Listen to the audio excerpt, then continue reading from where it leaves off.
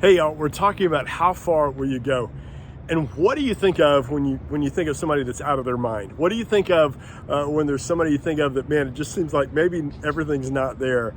My mind automatically goes to comedic genius, and this is going to sound weird to some of y'all, but Monty Python and the Holy Grail. All right, there are parts of the movie that, all right, it's like I don't like, but the majority of it, to me, is it's pure comedic genius. And for a lot of people in the world, it's like, okay, that's just flat out weird. It's not even funny. Okay, but to me, I mean, who would think of clapping coconuts together to sound like a horse? Who would think of having a common theme throughout a movie being a laden swallow, African or European? I mean, all those little things to me is comedic genius, that they put those things together, and it is incredibly funny.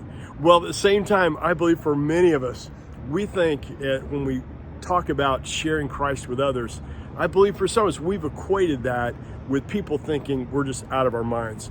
We're crazy, we're weird. Well, the truth is what Paul says in 2 Corinthians in chapter 5, verse 13 and 14. If we're out of our mind, it is for the sake of God. If we're in our right mind, it is for you. For Christ's love compels us, because we are convinced that one died for all, and therefore all died. Paul just lays it out. You know, if it looks like we're out of our mind, man, it's for God. If we're in our right mind, it's for you. And for me, it's that thing of, I believe we think the world looks at us and just thinks, okay, we have lost it.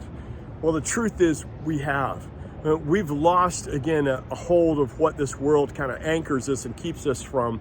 And we've held on to Christ. And so it's going to look like to the world, maybe we have lost it. But at the same time, I believe people don't see us walking around banging coconuts together when we tell them about Christ.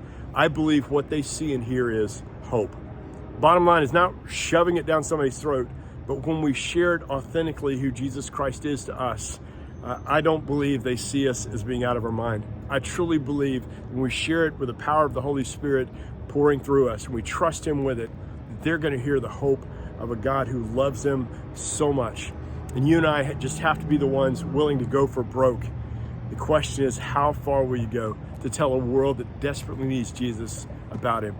Hope you have an amazing day. Let's live reckless for Him, Jesus Christ, the one who loves us most. Bye, y'all.